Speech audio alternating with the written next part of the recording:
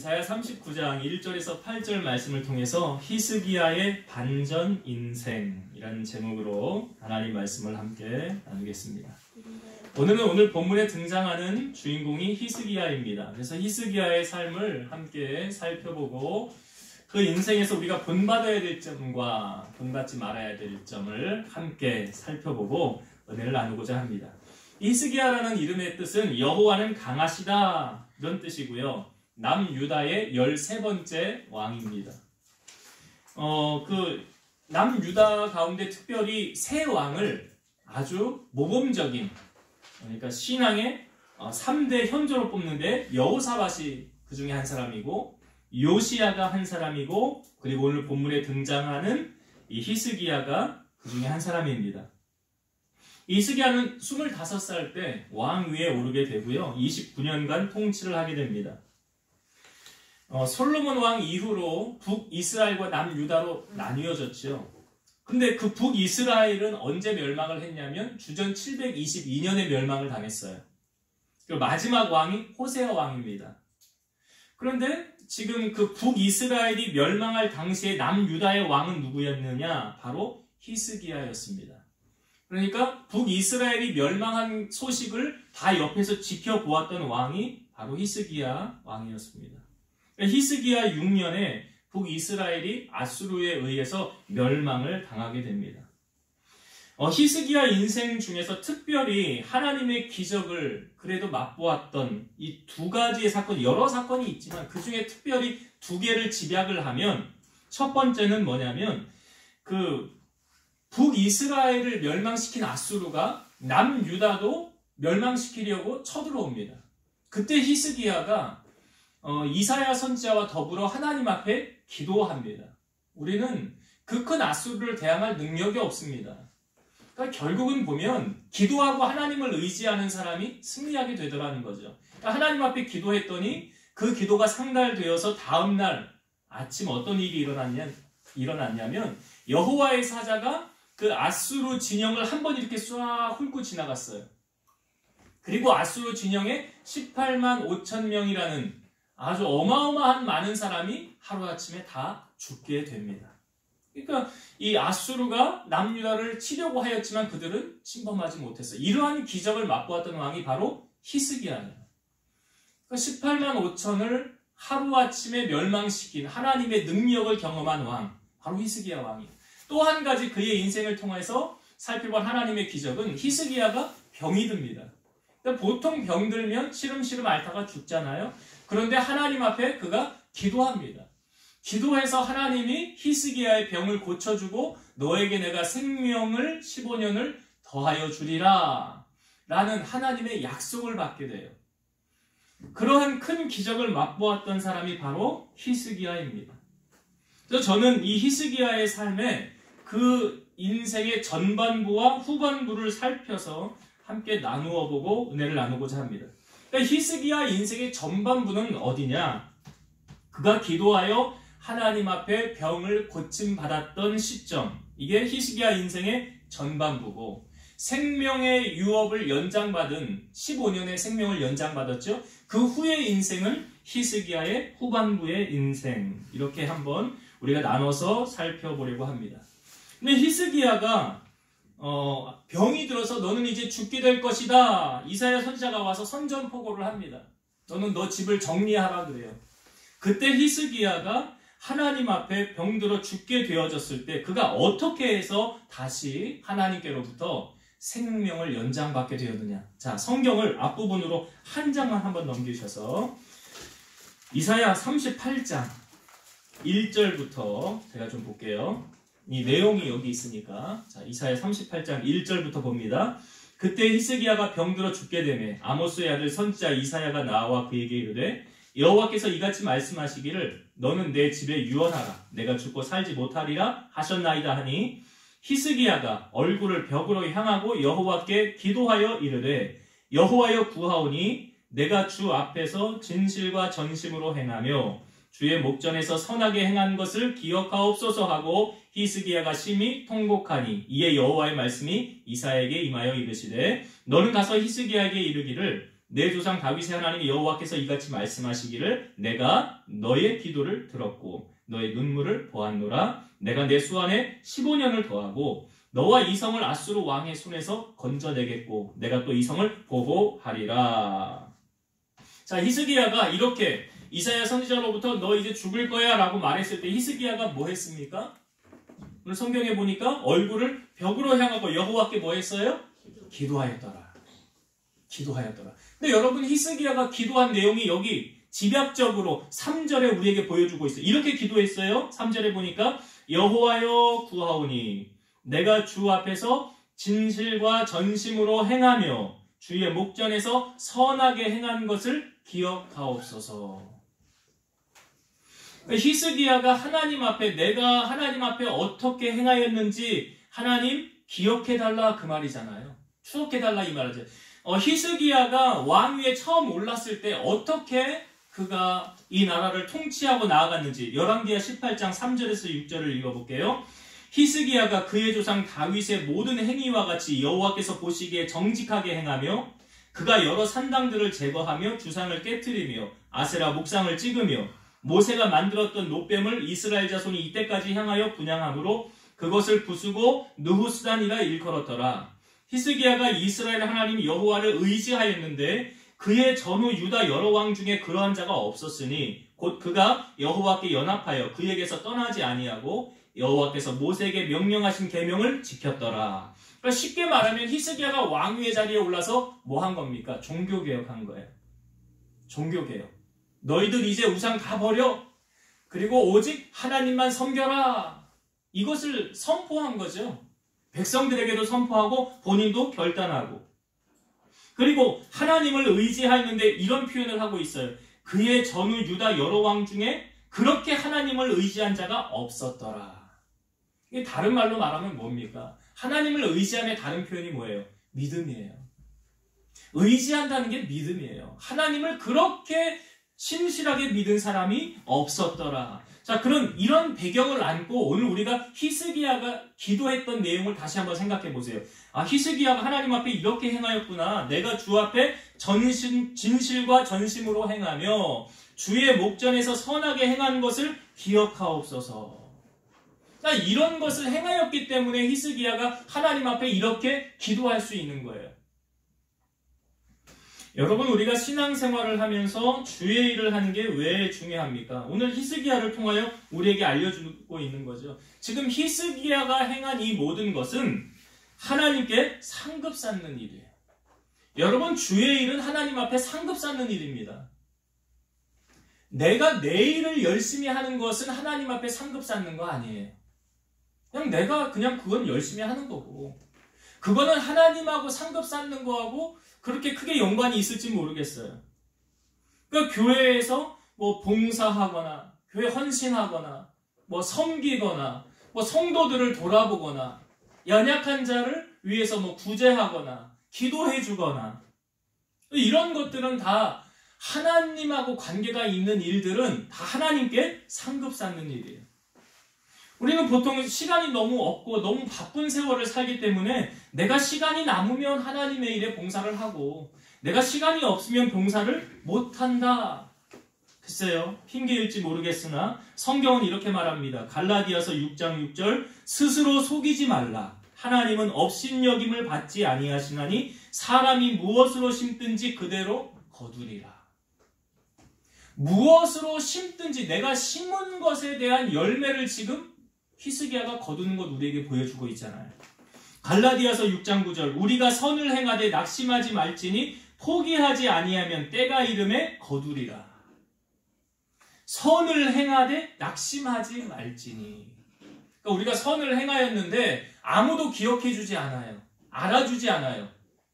그럼 누가 기억해주고 계십니까? 하나님이 기억하고 계세요. 하나님이 알아주신다는 거예요. 그래서 우리가 어떤 기도를 행할 때도 구제를 할 때도 예수님이 어떻게 하라고 가르치십니까? 은밀히 보시는 주님이 갚으시도록 하라. 은밀히 보시는 주님이 갚으시도록 하라.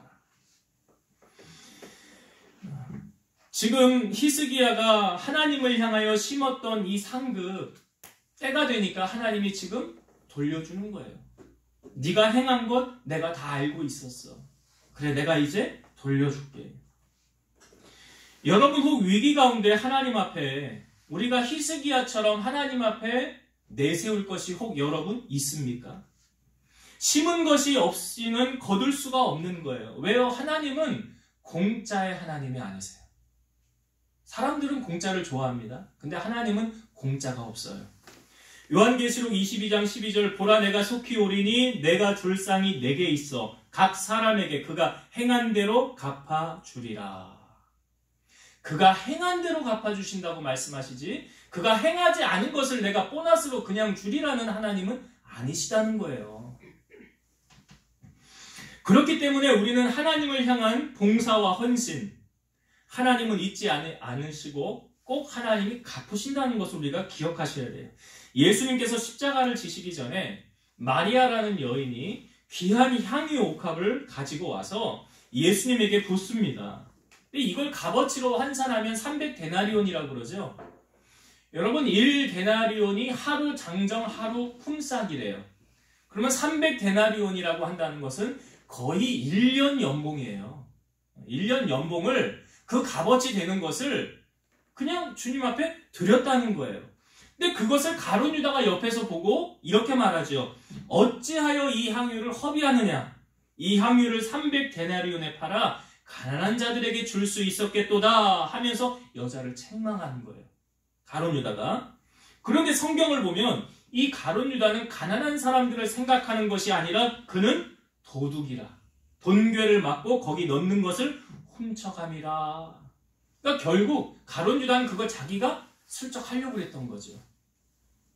그런데 예수님은 이 여인을 향하여 그리고 그곳에 있는 제자들을 향하여 이렇게 말씀하셨어요.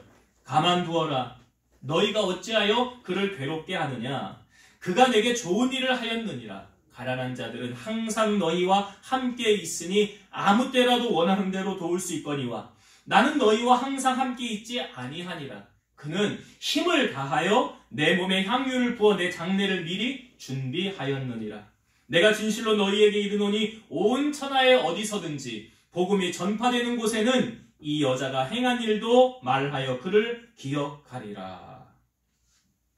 가룟 유다는 이 여인을 향하여 잘못했다고 책망했지만 예수님은 이 여인을 향하여 칭찬하며 복음이 전파되는 곳마다 이 여인이 행한 일도 더불어 증거되리라 라고 말씀하셨어요. 여러분, 우리가 이 땅에 살면서 여러분의 장래가 정말 보장되기를 원하십니까? 하나님께로부터 그런 장래를 보장받기를 원한다면 오늘 디모데전서 6장 18, 19절의 말씀, 선을 행하고 선한 사업을 많이 하고 나누어 주기를 좋아하며 너그러운 자가 되게 하라. 이것이 장래에 자기를 위하여 좋은 터를 쌓아 참된 생명을 취하는 것이니라. 이게 무슨 말인지 마음에 좀 와 닿습니까? 제가 이 부분을 여러분들 마음에 정말 더 쉽게 이해할 수 있도록 현대어 성경을 다시 한번 읽어볼게요. 착한 일에 돈을 쓰도록 가르쳐 주시오. 자기가 가진 것은 모두 하나님께서 주신 것이라는 것을 깨달아 언제든지 다른 사람과 기쁘게 나눌 수 있는 마음의 자세를 가질 때 그들은 참된 부자가 되고 가난한 사람들에게 기쁜 마음으로 줄 수 있게 되는 것입니다. 그러면 그들은 하늘에다가 참 보화를 쌓는 것이며 이것만이 영원을 대비하는 안전한 투자입니다. 그리고 이렇게 하는 사람은 이 땅 위에서도 열매가 풍성한 그리스도인의 생활을 살게 되는 것입니다. 어떻게 하래요? 돈을 착한 일에 쓰도록 가르쳐 주라고 그러죠. 그리고 하나님께서 나에게 이거 맡겨주신 것이라는 그 자세를 잊지 말라는 거예요. 내가 가지고 있다고 내 명의로 돼 있다고 내 것이 아니다. 그리고 가난한 사람들에게 항상 기쁜 마음으로 줄 수 있을 때 참된 부자가 된다는 거예요. 우리 왜 이런 말 하잖아요. 부자가 더 독하다? 악하다? 주머니 잘 안 내놓는다? 근데 성경은 그렇게 가르치고 있지 않아요. 그렇게 살아가는 사람은 어떤 생활을 산대요? 풍성한 그리스도인의 생활을 살게 된대요. 하나님이 주시는 것을 누리고 살아가는 사람, 이렇게 살아가는 사람. 그러니까 여러분 성경은요 자기에게는 관대하고 남에게 인색하지 말고 반대로 나에게는 인색하고 남에게는 관대할 수 있는 예수님께서 우리에게 그 어리석은 부자 이야기해 주셨잖아요. 농사가 너무 잘 돼서 창고를 허물었어요. 그리고 크게 창고를 짓고 거기 가득 채웠어요. 그리고 자기가 자기에게 영혼아 이제부터 먹고 살고 편안하게 누리고 살자 할 때 하나님께서 하늘에서 오늘 밤에 내가 너 영혼 데려가면 그 창고에 쌓아놓은 거 그거 누구 것 되겠냐. 내일 일을 모르고 살아가는 우리 인생 아닙니까? 그러니까 그 말씀을 하시고 누가복음 12장 21절 자기를 위하여 재물을 쌓아두고 하나님께 대하여 부여하지 못한 자가 이와 같으니라. 저는 참 어리석은 사람이에요. 돈을 그냥 뭐 열심히 많이 모았는데 그거 하나도 못 쓰고 그냥 가는 사람. 그것처럼 어리석은 사람 저는 없다고 봐요. 아니 벌었으면 다 쓰고 가지 왜 그냥 하나도 못 쓰고 가냐고요. 다 쓰고 가시지. 여러분 우리가 하나님께 부여할 때 하나님께서 이것을 기억해 주시고 우리가 하나님께 이렇게 상급 쌓는 그런 삶을 살면 하나님이 그 사람의 남은 생에 책임져 주신다는 거예요. 오늘 히스기야의 삶에 보너스 인생이 그렇게 된 거예요. 내가 하나님 앞에 전심으로 행한 것이 있으니까 히스기야가 말하는 말이에요. 우리가 여러분 삶 속에 혹 위기가 닥쳤을 때 어려움이 왔을 때 하나님 내가 하나님을 향해 이렇게 했잖아요 라고 말할 거리가 여러분 삶에 있어야 되지 않을까. 있어야죠. 벼룩이 또 낯짝이 있다고 그러는데 우리가 하나님 앞에 그렇게 헌신하고 섬겼던 거 하나님 추억해 주세요. 추억해 주세요. 그런 상금 많이 쌓는 여러분 되시기를 주의 이름으로 축원드립니다. 자, 그렇게 생명의 연장을 히스기야가 받게 되었죠. 그리고 병이 나았다는 소식을 바벨론 왕이 사신들을 보냅니다. 그래서 이제 히스기야가 그 사신들을 맞이했어요. 자, 어떻게 히스기야가 이들을 대하였는지 오늘 우리가 읽은 본문으로 돌아와서 이사야 39장 2절부터 한번 볼게요. 오늘 우리가 읽은 본문 이사야 39장 2절부터 제가 읽어볼게요. 히스기야가 사자들로 말미암아 기뻐하여 그들에게 봄을 참고 곧 은금과 향료와 보배로운 기름과 모든 무기고에 있는 것을 다 보여주었으니 히스기야가 공중의 소유와 전 국내의 소유를 보이지 아니한 것이 없는지라. 그러니까 그 사신들이 왔을 때 히스기야가 참 기뻤다는 거죠. 왜냐하면 이 바벨론이 강대국인데 그 강대국에서 왕이 사신을 자기에게 보내왔으니까 기쁜 거죠. 그러니까 뭐 기분이 좋았는지 자기가 가지고 있는 걸 지금 다 보여주었다는 거예요. 자, 3절. 이에 선지자 이사야가 히스기야 왕에게 나와 묻되 그 사람들이 무슨 말을 하였으며 어디서 왕에게 왔나이까 하니 히스기야가 이르되 그들이 원방 곧 바벨론에서 내게 왔나이다 하니라. 이사야가 이르되 그들이 왕의 궁전에서 무엇을 보았나이까 하니 히스기야가 대답하되 그들이 내 궁전에 있는 것을 다 보았나이다. 내 창고에 있는 것으로 보이지 아니한 보물이 하나도 없나이다 하니라. 자, 이사야가 와서 그들이 와서 뭐 했습니까? 뭐 봤습니까? 우리 창고에 있는 거 제가 다 보여줬다는 거예요. 자, 이사야가 말합니다. 5절부터 이사야가 히스기야에게 이르되 왕은 만군의 여호와의 말씀을 들으소서. 보라 날이 이르리니 내 집에 있는 모든 소유와 내 조상들이 오늘까지 쌓아둔 것이 모두 바벨론으로 옮긴 바 되고 남을 것이 없으리라. 여호와의 말이니라. 자, 이 바벨론의 사신들이 왔을 때 그 보여줬다는 거 아니에요? 그랬더니 이사야가 뭐라고 그래요? 당신에게 있는 그 모든 소유와 그 지금까지 조상들이 쌓아둔 것이 다 어떻게 된대요? 바벨론으로 옮긴 바 되고 남을 것이 없으리라. 아니 왜 이사야가 지금 히스기야에게 이렇게 말을 했을까? 이렇게 말 좀 의아하지 않습니까? 너 가지고 있는 거 이제 다 바벨론으로 옮겨질 거야. 그리고 7절에 보니까 너 자손 중에서 태어날 자손 중에서 바벨론 왕궁의 환관이 되리라 라는 말씀이 있잖아요. 자손들이 그 바벨론으로 잡혀가서 거기서 그 나라 일을 하게 된다 이런 말 아닙니까? 바벨론 그 왕궁의 환관이 된다는 말이. 근데 이 부분만 보면 아니 왜 이사야가 이런 말을 했을까? 사실 잘 이해가 되지 않는데 이 부분의 말씀을 열왕기하나 역대하에서도 똑같이 우리에게 보여주고 있거든요. 제가 역대하 32장 24에서 26절 읽어볼게요.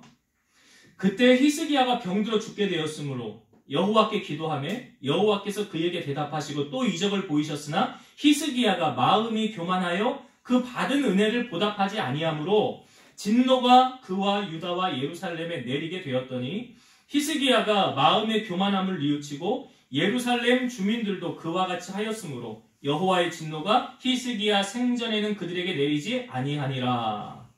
그러니까 이 말씀 속에 보면 히스기야가 병을 고침 받은 다음에 그 마음이 어떻대요? 히스기야 마음이 교만하여 그 받은 은혜를 보답하지 않았더라.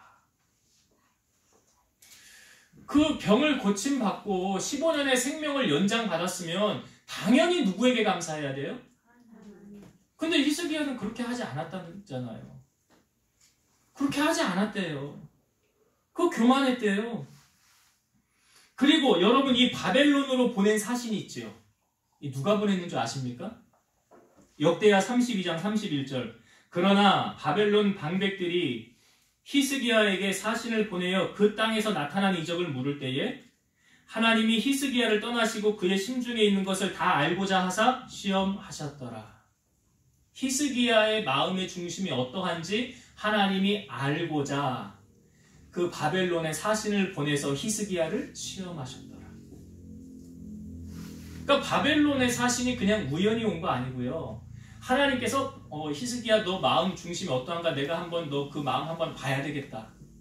떠봐야 되겠다 그러죠. 하나님이. 너 심중의 중심이 어떠한가 내가 좀 알고 싶다. 그런 마음으로 바벨론의 사신을 하나님이 보내셨다는 거예요. 자, 하나님이 사신을 그렇게 보내었는데 자 히스기야가 이 사신들에게 어떻게 했습니까? 오늘 말씀해 보니까 4절을 다시 보세요.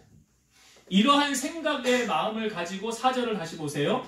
이사야가 이르되 그들이 왕의 궁전에서 무엇을 보았나이까 하니 히스기야가 대답하되 그들이 내 궁전에 있는 것을 다 보았나이다. 내 창고에 있는 것으로 보이지 아니한 보물이 하나도 없나이다 하니라. 여기 히스기야가 뭘 보여줬대요? 내 궁전에 있는 것 다 보았고 내 창고에 있는 것으로 보이지 아니한 보물이 없나이다. 히스기야가 지금 사신들에게 이거 보여주면서 누구 거래요? 네, 내 거래. 이 나라 내 거고 이 보물 내 거야. 내 것은 없어요.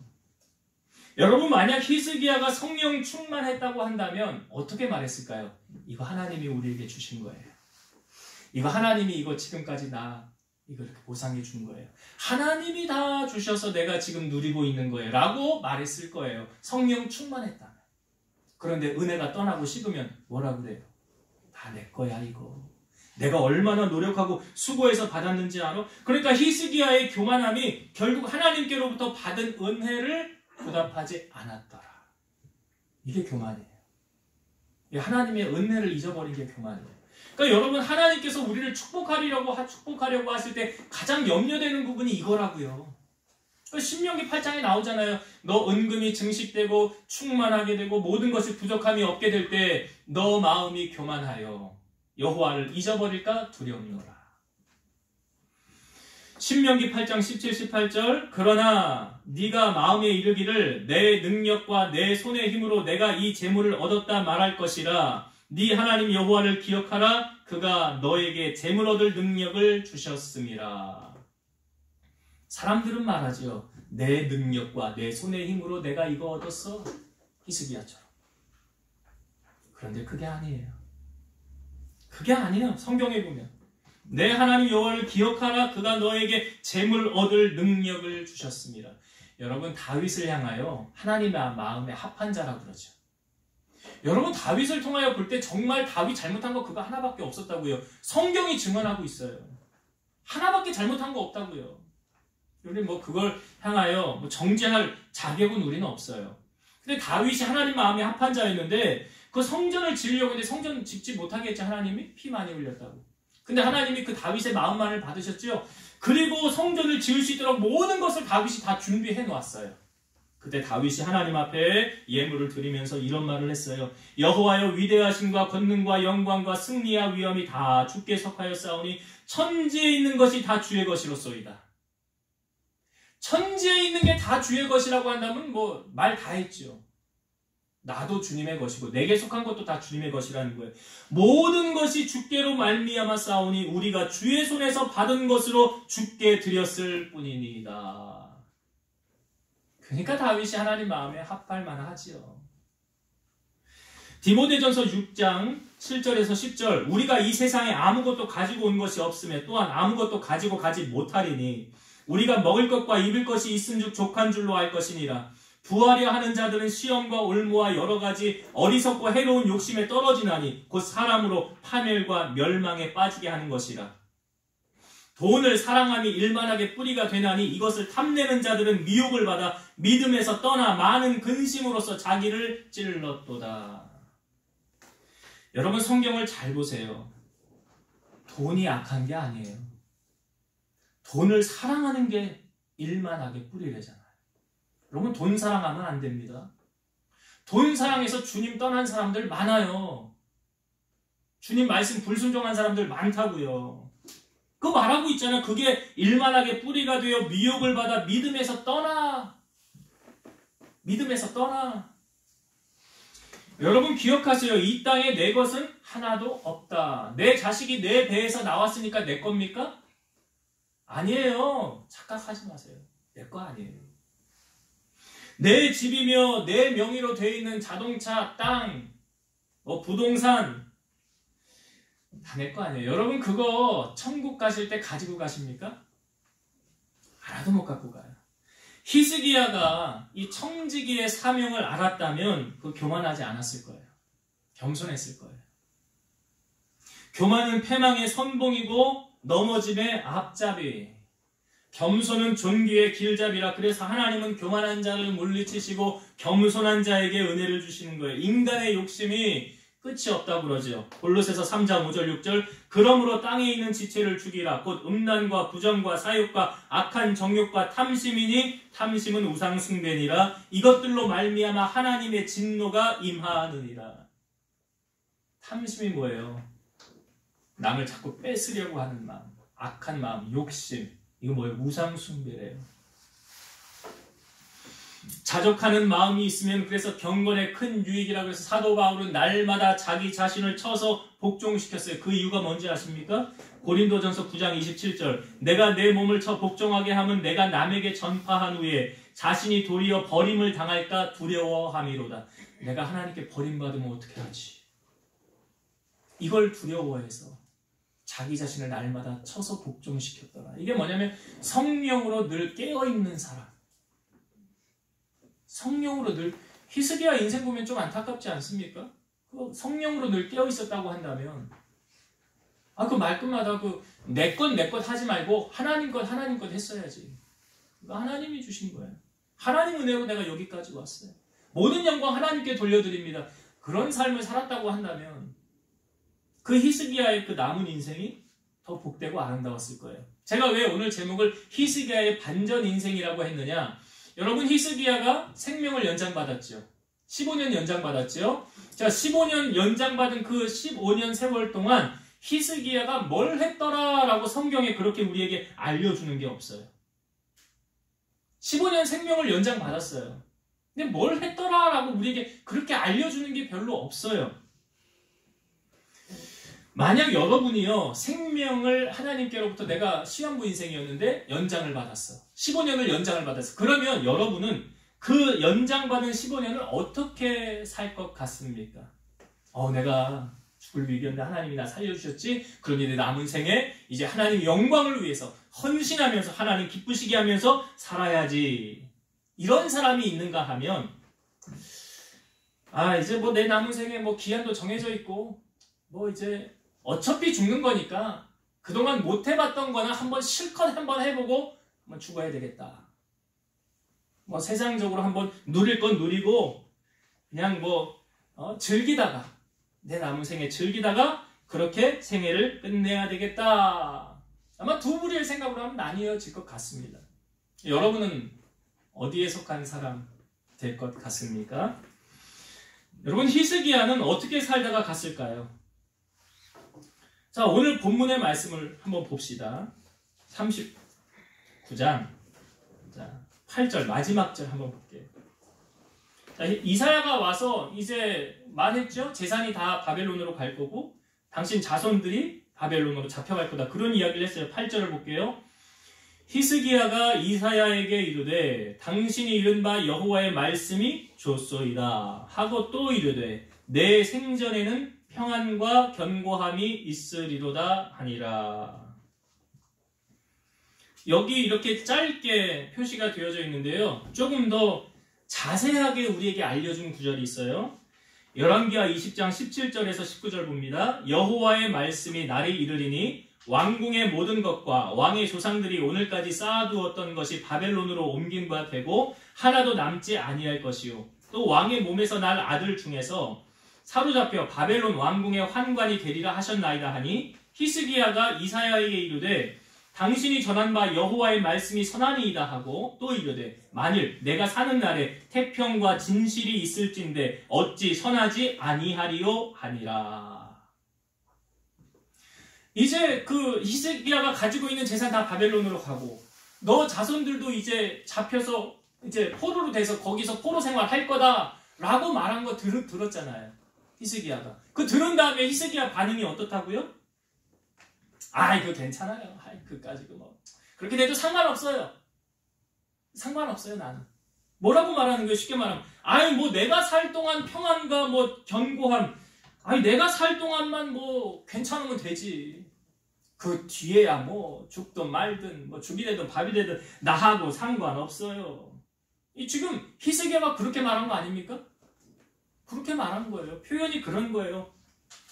그러니까 여러분, 히스기야가 이 남은 15년의 세월 동안 어떻게 살았다고 추정이 됩니까? 제가 말씀드렸지만 히스기야가 뭘 한 게 없어요. 그런데 그 15년의 세월 동안 남긴 게 하나 있어요. 뭘 남겼느냐? 아들을 하나 남겼어요. 아들을 하나 남겼어요.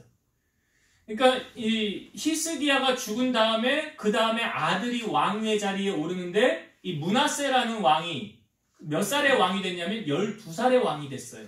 12살의 왕이 됐다는 것은 히스기야의 생명 연장 받는 그 시절, 그러니까 한 뭐 2년차나 3년차 됐을 때 아이를 배어서 그 므낫세를 낳았다는 거 아닙니까? 그러니까 생명 연장 받았을 때 므낫세를 낳은 거예요. 그러면 히스기야가 이 므낫세를 어떻게 키웠을까? 어떻게 키웠을까? 상상이 가십니까? 금이야 오기야 하면서 귀한 거 입히면서 귀한 거 먹이면서 남들은 못하는 거 이제 나 15년 있다 죽으니까 어차피 나는 죽는 거고 너나 내가 호강시켜줘야 되겠다. 내가 너 해줄 수 있는 거 물심양면 다 해줄게. 너 하고 싶은 건 내가 다 해줄게. 말만 해, 말만. 여러분, 자녀에게 물려줄 최고의 유산 뭐라고요? 네? 안 들려요. 예. 근데 왜 말이 이렇게 죽어가? 그 최고의 유산은 신앙의 유산이죠. 잠언 22장 6절 마땅히 행할 길을 아이에게 가르치라. 그리하면 늙어도 그것을 떠나지 아니하리라. 먼저 믿는 부모님이 신앙생활을 먼저 했다고 한다면 내 자녀들에게 신앙생활을 바로 할 수 있는 길을 가르쳐줘야 할 의무가 있는 거예요. 그거 하지 않으면 직무유기예요. 부모가. 신앙 이끌지 않으면. 하나님 앞에 섰을 때 너 왜 네 자녀들 바로 신앙생활 안 하게 했어? 물으면 뭐라 그럴 거예요? 말을 했는데 안 들었어요. 그럴 거예요? 제가 왜 지금 히스기야가 낳은 열매 한 가지 남겼더라. 므낫세. 이 므낫세가 우리 성경에 보면 자기가 이제 왕의 자리에 딱 올랐어요. 그러면 이제 자기가 하고 싶은 거 하잖아요. 되게 보면 왕의 자리에 딱 오른 다음에 자, 이 므낫세가 어떻게 했는지 제가 성경을 읽어볼게요. 열왕기하 21장 2절부터 쭉 읽어볼게요. 므낫세가 어떻게 했는지 잘 들어보세요. 므낫세가 여호와 보시기에 악을 행하여 여호와께서 이스라엘 자손 앞에서 쫓아내신 이방 사람의 가증한 일을 따라서 그의 아버지 히스기야가 헐어버린 신당들을 다시 세우며 이스라엘의 왕 아합의 행위를 떠나 바알을 위하여 제단을 쌓으며 아세라 목상을 만들며 하늘의 1월 성신을 경배하며 섬기며 여호와께서 전에 이르시기를 내가 내 이름을 예루살렘에 두리라 하신 여호와의 성전에 제단들을 쌓고 또 여호와의 성전 두 마당에 하늘의 1월 성신을 위하여 제단들을 쌓고 또 자기의 아들을 불 가운데로 지나게 하며 점치며 사수를 행하며 신접한 자와 박수를 신임하며 여호와께서 보시기에 악을 행하여 그 진노를 일으켰으며 또 자기가 만든 아로색인 아세라 목상을 성전에 세웠더라. 여기 보니까 이거 뭐지? 제가 성경을 읽으면서 이거 뭐지? 지금 다 하나님 경배했다는 말은 한마디도 없고요. 다 우상 세웠더라, 우상을 섬겼더라, 우상을 만들어서 그 우상 헐어버렸던 것까지 다시 세워가지고 그 우상을 섬겼더라. 여러분, 우리는 앞에서 히스기야가 하나님을 어떻게 섬겼는지 우리 살펴보았죠. 그가 왕의 자리에 앉았을 때 종교개혁했다고요. 우리 이런 말 잘 하지요. 자녀는 부모의 얼굴이다. 그래서 부모가 하는 것을 보고 똑같이 따라하는 게 자식이다. 그래서 자식이 잘못되면 누구 책임이 돼요? 별로 인정하고 싶지 않지만 그 사람들은 다 그렇게 말을 해요. 그런데 여러분이 므낫세를 보면 아니 왜 므낫세는 아버지를 안 닮았지? 아버지는 종교개혁을 일으켜서 하나님 보시기에 그렇게 하나님을 의지한 사람이 없었더라라고 말했었는데 아니 이거 어떻게 된 거지? 이거 어떻게 된 사건이냐고요 이게. 그렇게 하나님 없이는 못 살겠다고 했던 그 히스기야가 생명을 연장받고 난 그 이후의 세월을 우리가 무엇을 통하여 알 수 있습니까? 므낫세를 통하여 알 수 있는 거예요. 므낫세를 보면 알 수 있는 거예요. 그 히스기야의 열매예요. 그게 남은 생애를 살았는데 하나 남겼는데 아들을 남겼는데 그 아들이 어떤 아들이었습니까? 이런 아들이에요. 그러니까 이 므낫세가 이렇게 된 건 누구 책임입니까? 그렇죠. 어찌할 수 없는 정답을 성경은 우리에게 알려주고 있어요. 오늘 우리 어버이 주일로 보내고 있어요. 먼저 하나님을 믿는 부모님들은 자녀에게 내가 만난 하나님을 증거하고 있습니까? 야, 내가 하나님 신앙생활 했더니 이렇게 좋아. 내가 하나님을 만났어. 그 하나님 없이는 우리 못 살아. 제가 저번 주에도 아마 그런 설교 했을 때 잠깐 나누었던 것 같은데 여러분 자녀가 하나님을 만나면 그 자녀는 누가 책임집니까? 그런 거예요. 그 자녀는 이제 하나님이 이끌고 가는 거예요. 근데 하나님을 모르면 엘리 제사장 아들처럼 된다는 거예요. 여러분 언제까지 우리가 자녀들을 뒷받침하고 언제까지 AS 해야 될지 몰라요. 내 등골 다 빼먹고 사는 인생이 될 수도 있어요. 그런데 가장 늦었다 할 때가 가장 빠른 거예요. 아니 히스기야 오늘 보세요. 내 후손이 포로가 되든 말든 거지가 되든 그냥 나만 괜찮으면 돼. 이건 히스기야 같은 발상 아닙니까? 히스기야 같은 발상이에요. 책임도 없는. 얼마나 무책임한 겁니까? 여러분이 오늘 어떤 믿음의 유산을 물려주느냐에 따라서 내 자녀, 내 후손들의 삶이 결정된다는 것. 여러분 기억하셔야 돼요. 그래서 꼭 자녀를 신앙으로 양육시켜서 하나님을 만나는 자녀가 되고 하나님의 손에 붙들려서 귀하게 쓰임받는 그런 주인공들이 되시기를 주의 이름으로 축원드립니다. 이제 말씀을 정리하고 마치겠습니다. 오늘 히스기야가 그 히스기야 인생의 전반부와 후반부를 우리가 나누어 살펴볼 때 히스기야 인생의 전반부는 그가 병들어서 죽게 되었을 시점. 그때 히스기야가 하나님 앞에 자기 얼굴을 벽을 향하면서 눈물을 흘리면서 하나님 앞에 기도했던 내용이 무엇입니까? 하나님, 내가 하나님을 향하여 전실과 진심으로 행한 것 추억하여 주옵소서. 여러분 만일에 대비해서 어떤 사람들이 저축을 들고 은행에 저금을 하듯이요. 우리가 만일에 대비해서 하나님의 도우심을 힘입기 위해서 기도하는 거고 하나님의 도움을 힘입기 위해서 봉사하는 거예요. 물론 그걸 조건으로 내세우라는 말은 아니에요. 그러나 우리가 어려움이 닥쳤을 때 하나님 앞에 뭘 할 말이 있어야 될 거 아니에요. 응? 하나님 내가 주님을 위해서 이렇게 하지 않았습니까? 그러니까 하나님도 이제 나를 위해서 좀 이렇게 해주세요 라고 말할 수 있는 뭔가가 있어야 되지 않겠어요? 그러기 위해서는 여러분, 내 일도 귀하지만 먼저 하나님의 일을 기억하는 자가 되세요. 우선순위를 어디에 둬야 됩니까? 하나님 앞에 둬야지요. 그래야 하나님이 내가 네 마음 알아. 그래, 네 중심 내가 봤어. 그래, 내가 도와줄게. 그런 하나님이시잖아요. 그러니까 우리 하나님